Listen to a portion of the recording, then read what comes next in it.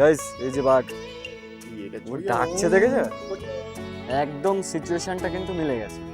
দেখুন কুমির কিন্তু জলে সাঁতার কাটছে আর উপরে ওই দেখেন বসের মতন।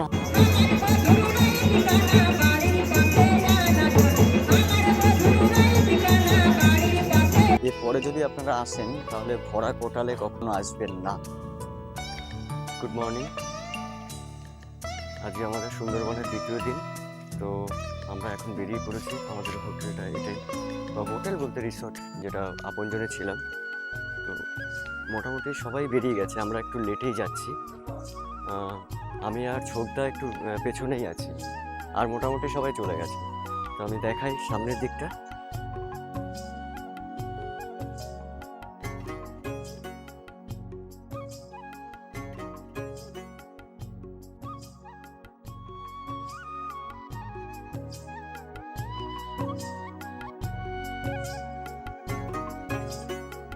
আবারও নতুন করে একটি সকাল শুরু হলো আমাদের। আজকে অনেকটা জায়গায় যাবার আছে, যার জন্য মোটামুটি আমাদের একটু লেট হয়ে গেছে, কিন্তু এখানের ম্যাক্সিমাম টুরিস্ট কিন্তু বেরিয়ে গেছে, আমরাই একটু লেট করেছি। তার জন্য দেখতে থাকো। এই যে আমাদের টিম মোটামুটি সব দাঁড়িয়ে আছে। হ্যাঁ হ্যাঁ দেবে বলছে তো।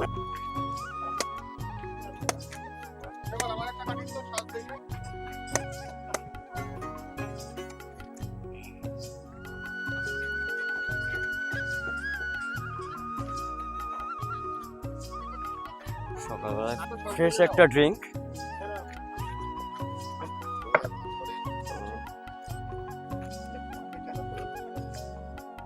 আরেকটা দাও দাদা।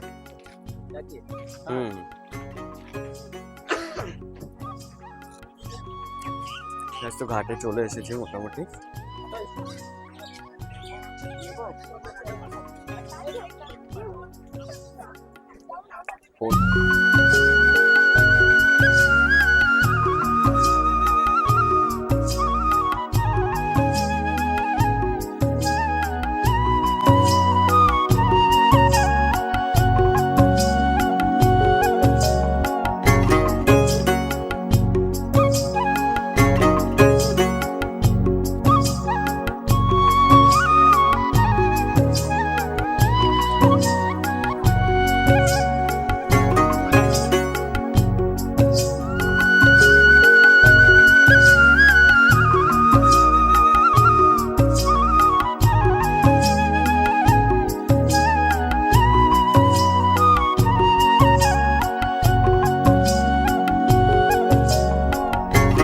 তো গাইস আমাদের প্রথম স্টপেজ যেটা হচ্ছে সজনেখালি।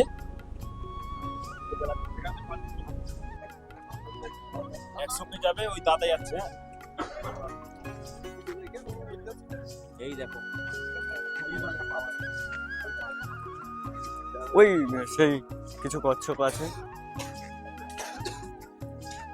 এখানটা আছে অফিস রুম, যেটা থেকে পারমিশন করাতে হয়। তো আমাদের নৌকার মানে আমাদের বোটে যিনি ছিলেন তারা তো আগেই আমাদের আধার কার্ড নিয়েছিল এখান থেকে পারমিশন করানোর জন্য। আমি tiger dam eco tourist guide, আমার নাম হচ্ছে ভাস্বতী সরকার। আজকের সুন্দরবনে যে আপনারা ভ্রমণ করতে এসেছেন, এই সুন্দরবনে হচ্ছে এখানে আছে সজনেখালি ওয়াইল্ড লাইফ স্যাংচুয়ারি রেঞ্জের মধ্যে আছে একটা দুর্লভ প্রজাতি কচ্ছপের পুকুর আছে, ওয়াচ টাওয়ার আর কুমিরের পুকুর আছে। এটা দেখার পরে আপনারা কিন্তু এখান থেকে এক্সিট হয়ে যাবে। এটা সবাই মনে রাখবেন, আপনারা এসেছেন সাগরতরীতে, ঠিক আছে? এবার টাইমের মধ্যে চলবেন এবং গ্রুপে থাকবেন। আচ্ছা, এই কচ্ছপের সম্বন্ধে একটু, এই যে কচ্ছপটি কেন এখানে আমাদের কনজারভেশন করছে, এটা হচ্ছে একটা টার্টেল কাঠা প্রজাতি। এটা অ্যাকচুয়ালি পুরো টোটাল মানে ওয়ার্ল্ডে আমাদের পৃথিবীতে এর একটা ভারসাম্য বজায় রাখার জন্য এই প্রজাতিটি খুব প্রয়োজন। তা সেই জন্য আমাদের এদের আদি বাসস্থান অ্যাকচুয়ালি আমাদের বঙ্গোপসাগর এবং গঙ্গার মোহনার মুখে। আর এটা আমাদের পুরো অল ওভার ওয়ার্ল্ডে মাত্র 1200টি আছে। 3টে দেশে আছে, মায়ানমার, বাংলাদেশ এবং ইন্ডিয়া। তো আমাদের ইন্ডিয়ায় এদের এই জায়গাটাই বাসস্থান, বে অফ বেঙ্গল, বঙ্গোপসাগর এবং গঙ্গার মুখে। তো এদেরকে কনজারভেশন, কারণ একটা সময় আমরা জানতে পারি যে এটা আস্তে আস্তে আমাদের ইন্ডিয়া থেকেও বিলুপ্ত হয়ে যাচ্ছে। তো আমাদের ইন্ডিয়ায় একটা পুকুরে মাত্র 3টে ছিল, সেটা তো নবদ্বীপ। সুন্দরবনে যে ধরনের বন্যপ্রাণী দেখা যায় তার কিন্তু এগুলো স্ট্যাচু, এগুলো মনে করবেন না যে এগুলো তো দিয়ে রাখা আছে, এগুলো আছে বলেই তাই দেওয়া আছে, ঠিক আছে। আর এটা হচ্ছে দেখুন, হ্যাঁ ভেতরে বলতে ফরেস্ট এরিয়ার ভেতরে। এবারে দেখতে পাবেন কি না পারবেন সেটা আমি জানি না, কারণ এরা ন্যাচারাল হ্যাবিটেটে এরা বসবাস করে। আর এই হচ্ছে গোলপাতা। একটা সময় সুন্দরবনে যখন, সুন্দরবন তো অনেক বড় একটা বৃহত্তম বদ্বীপ ম্যানগ্রোভ ফরেস্ট, এবং সেখানে তো এখনো পর্যন্ত প্রচুর জঙ্গল কাটা হয়ে গিয়ে মানুষের বসতি হয়ে গেছে, সেটা ব্রিটিশ পিরিয়ড টাইমে।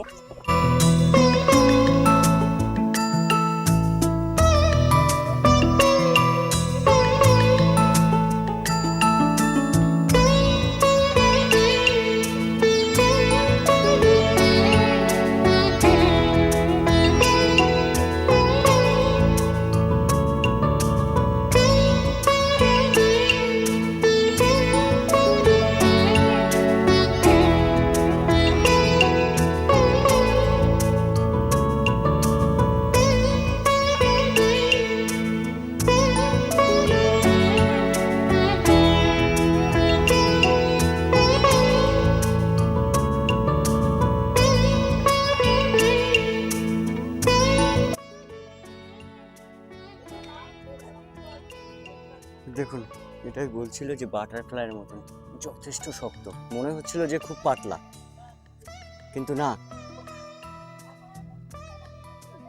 উঠে দাঁড়ালেও ভাঙবে না, দূর থেকে মনে হচ্ছিল। হ্যাঁ হ্যাঁ হ্যাঁ, প্লেটের মতন।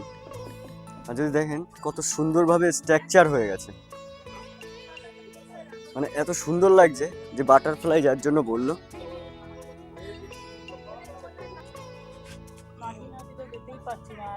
আরে বাবা কাটছে না বলেই তো বলছি, এখন করছেন আপনি 9টার সময় লঞ্চ বেরিয়ে যাবে।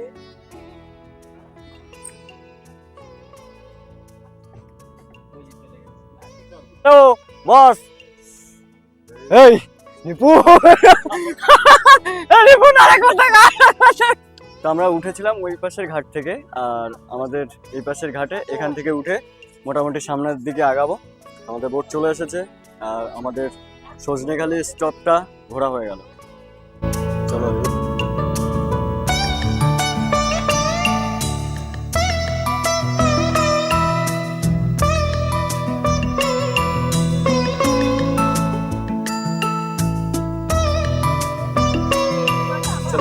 সকালের টিফিন চলে এসেছে। সকালের টিফিনে থাকছে হচ্ছে লুচি, এইটা কি ল্যাংচা, ছোলার ডাল আর হচ্ছে ল্যাংচা। সাইজটা কিন্তু বেশ ভালো।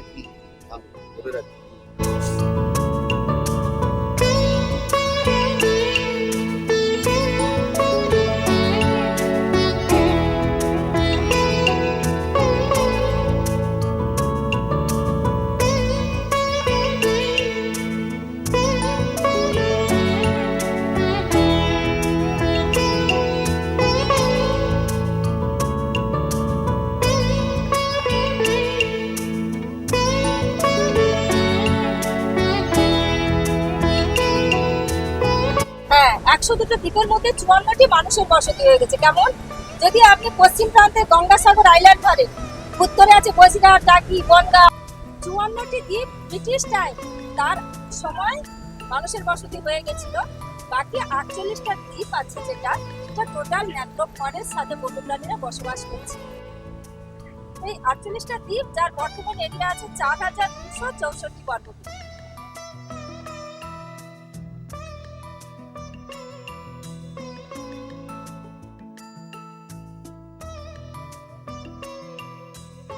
কোটারিতে 54টি দ্বীপ মানুষের বসতি হয়ে গেছে।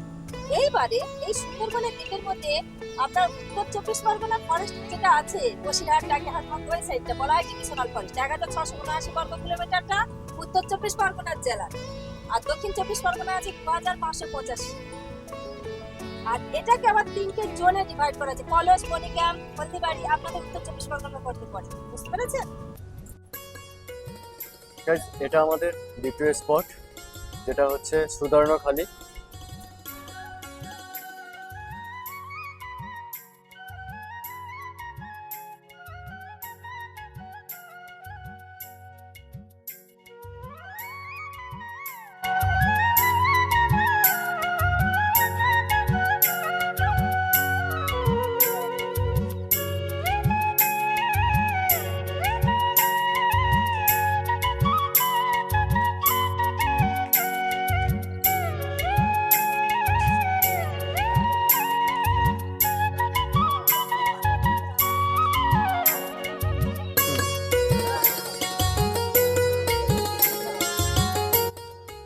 আচ্ছা আমরা খাঁচার মধ্যে আছি নাকি ওই যে যারা দেখছে তারা খাঁচার মধ্যে আছে, কোনটা? আপনারাও খাঁচার মধ্যে আছেন। দিদি ভালো কাজ করে। এত বড় একটা ব্যাগ আনার কি দরকার, ঝামেলা বয়ে বেড়াচ্ছেন। ও আচ্ছা আচ্ছা,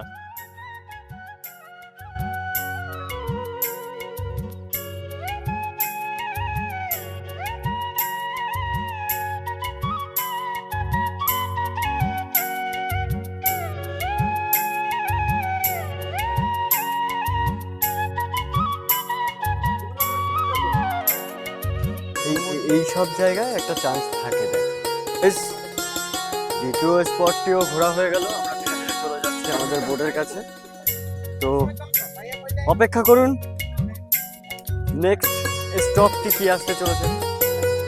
একটা ঘাট থেকে আমাদের নামাচ্ছে, আর একটা ঘাটে এনে এখান থেকে ওঠাচ্ছে। তো চলে এসেছি বোর্ডে। গেস্ট চলে এসেছে আর ভাবতে পারিনি যে এই সুন্দরবনে যারা মাছ ধরে তাদের সঙ্গে দেখা হতে পারে আমাদের, কারণ আমাদেরকে বলা হয়েছিল যে এই চত্বরে সেরকম একটা মাছ ধরতে আসে না, কিন্তু এই যে মাছ পেয়েছো, মাছ মাছ এখন কোনো রকম ভাবে ভেতরের যে মানে জন্তু জানোয়ার আছে তারা কোনো রকম ভাবে বেরোতে পারবে না, কারণ প্রচুর পরিমাণে জল। আর এই যে জঙ্গলগুলো দেখছেন একটা সময় আসবে মানে এই জলটা অনেক নিচে নেমে আসবে। তো আমরাই হয়তো এসেছি ভুল সময় বা টাইমিংটা ভুল, যখন জলটা কমে যায় তখনই কিন্তু ভেতরের বাঘ হরিণ বলেন মোটামুটি একটু দেখা যায়, কিন্তু এখন যা সিচুয়েশন আছে কোনো মতেই সম্ভব না। গাইস এই যে ভিউটা না দেখুন, দারুণ, একদম জঙ্গলের কাছ দিয়ে, আর জল প্রায় টেনে এসেছে। গাইস দেখুন আমরা চলতে চলতে এমন একটা জায়গায় চলে এসেছি যেটা হচ্ছে 5টা নদীর বুক একটা জায়গায় মিলিত হচ্ছে, আর সেটা হচ্ছে এই জায়গাটা। কত সুন্দর লাগছে, মানে আপনি যেদিক থেকেই দেখবেন না কেন শুধু জল আর জল।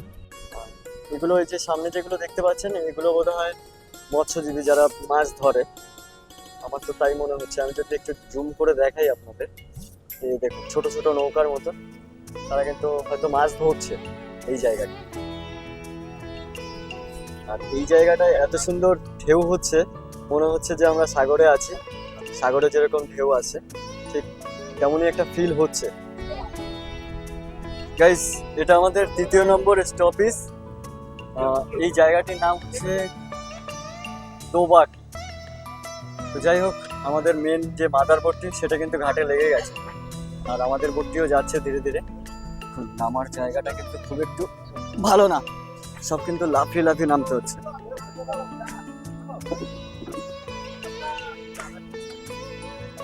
ওই দেখো, দেখেছো, দেখো কিভাবে নামতে হয়।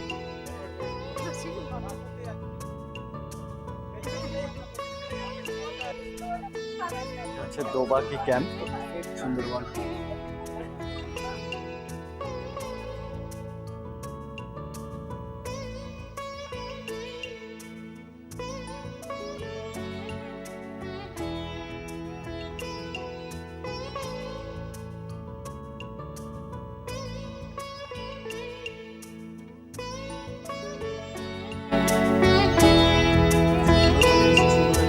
বালি আছে দেখতে পাচ্ছি, যারা খেলা করছে।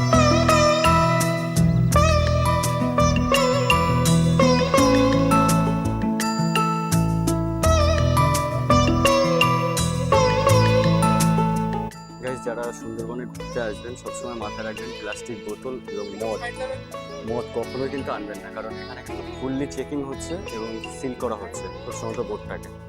সেটা এই মুহূর্তে হয়তো সিল করবে না, যেহেতু যে টুরিস্ট রয়েছে, পরবর্তীতে অ্যাকশন তাদের প্রতি হবে।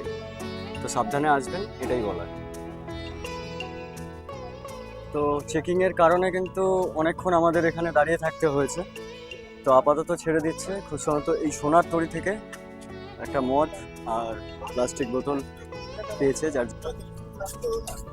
আজকে দুপুরের লাঞ্চ চলে এসছে, মানে একটু সকাল সকাল, এখন 12:30 হয়তো বাজে। তো ডাল আর এটা হচ্ছে আলু ভাজি। তো এরপর চলে এসছে মাছের মাথা দিয়ে, ফুলকপি দিয়ে, আলু দিয়ে একটা তরকারি। কত দেবে? এরপর কিন্তু চলে এসেছে ভেটকি মাছ। গাইস দেখো, ভেটকি আসার পরেই কিন্তু একটা পাবদা মাছ দিয়ে গেল।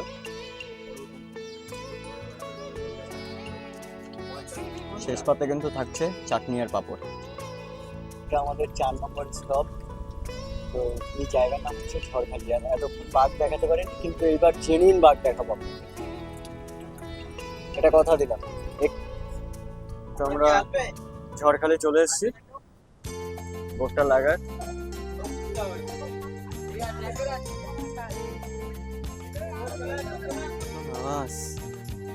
তো সেই বাঁশের টেক্সচার। ও একবারে এতগুলো লোক যাচ্ছে, কিছু হবে না তো? তো এটাই হচ্ছে টিকিট কাউন্টার, 30 টাকা করে টিকিট। চলো আমরা ভেতরে প্রবেশ করছি।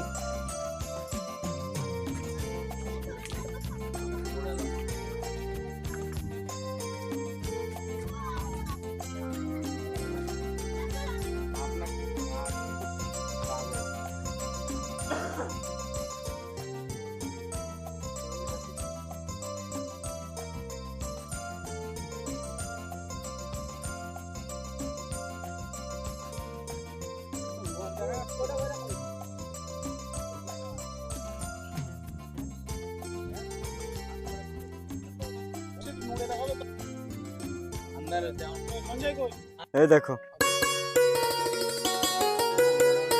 হ্যাঁ একদম নড়াচড়া নেই।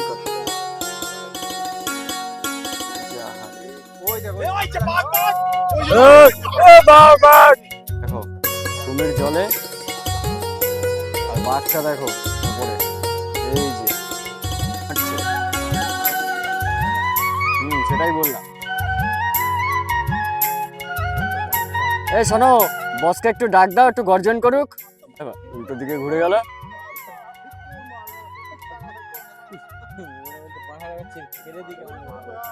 এই তো ভালো জায়গায় উঠছে। ও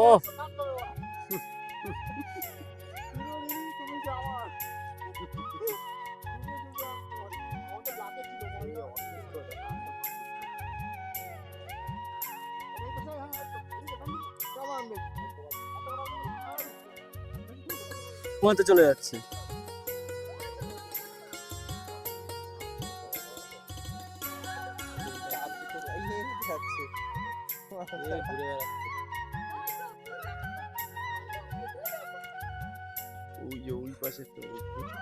কুমির প্রচুর আছে, বাঘ ওই একটাই আছে। ঝড়খালি থেকে আমরা আমাদের বোটের দিকে চলে যাচ্ছি। এবার দেখা যাক কোথায় গিয়ে আমাদের আবার স্টপেজ হয়। তো আমরা উঠেছিলাম কিন্তু ওই ঘাটটা থেকে, রিটার্ন করছি এই ঘাট থেকে। এই ঘাটের সম্পূর্ণ কাজ হয়নি, যেহেতু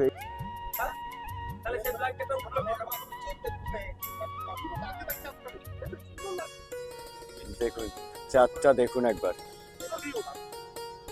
সুন্দরবনে বাঘ ডাকিছে ধানির ওপরে হরিণ চড়িছে গো থাকো বাড়িলে হরিণ ঘুরিছে ফিরিছে মনে কুণ্ড বাঁধিছে সুন্দরবনে বাঘ ডাকিছে ধানির ওপরে হরিণ চড়িছে গো থাকো বাড়িলে হরিণ ঘুরিছে ফিরিছে মনে কুণ্ড বাঁধিছে।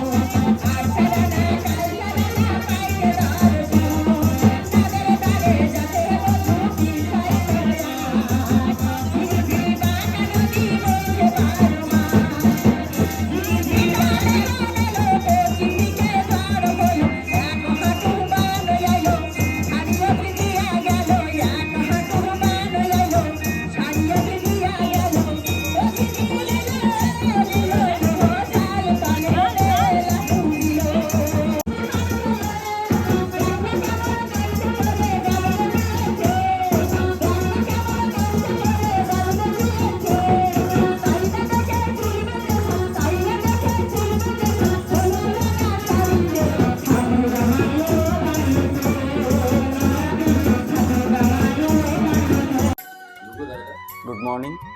সুন্দরবনের আরও নতুন আরেকটি সকালে আপনাদের সকলকে স্বাগত জানাই। আজকে আমাদের লাস্ট দিন, তো আমরা টোটাল এই রুমটা ছেড়ে দিচ্ছি।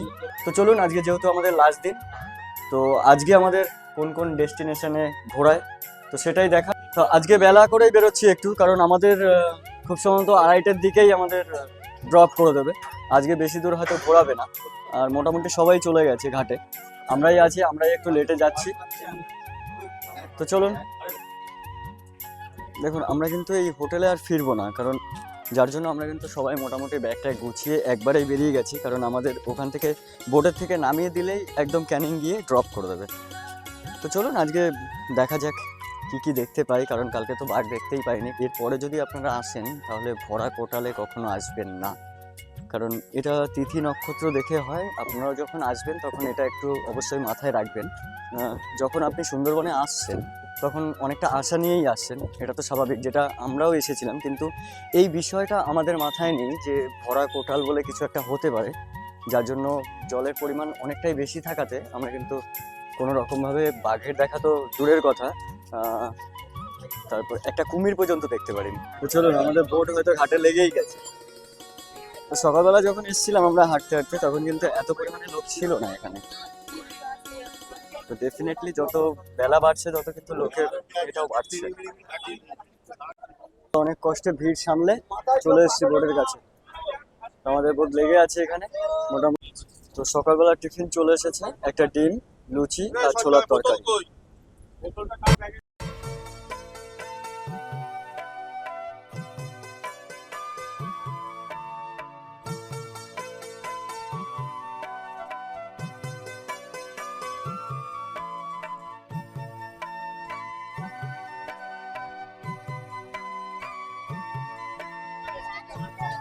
এটা হচ্ছে গোসভা, আর এখানে কিন্তু একটা লোকনাথ বাবার মন্দির আছে। দেখুন কত সুন্দর লাগছে, মানে দুপাশে ধান ক্ষেত আর তার মাঝখান দিয়ে রাস্তা।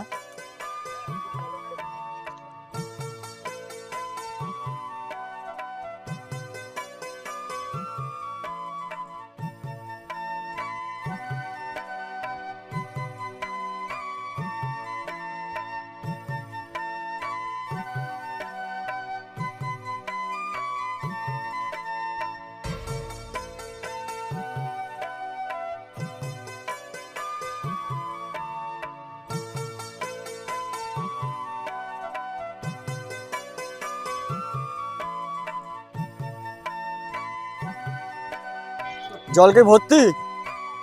কে দেখতে বলছো? আমার কথা বলছো? জল নেই, ও খুঁজে পাওয়া যাচ্ছে না জল। ও তো নেই। মিষ্টি মিষ্টি না পানসা?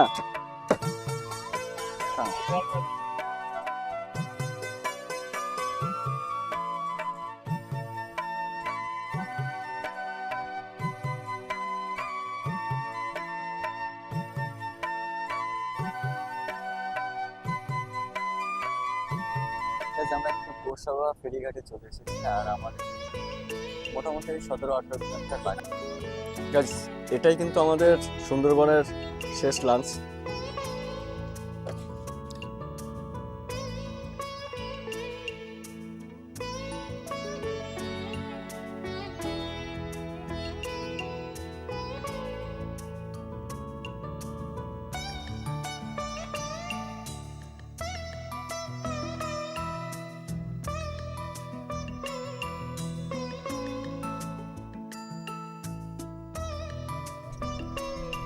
এই যে আপনাদের নিশ্চয়ই মনে আছে যখন আমরা সুন্দরবনের দিকে প্রবেশ করেছিলাম এই ব্রিজটি, তো আমাদের গন্তব্যস্থান হয়তো আর 5 মিনিট লাগবে।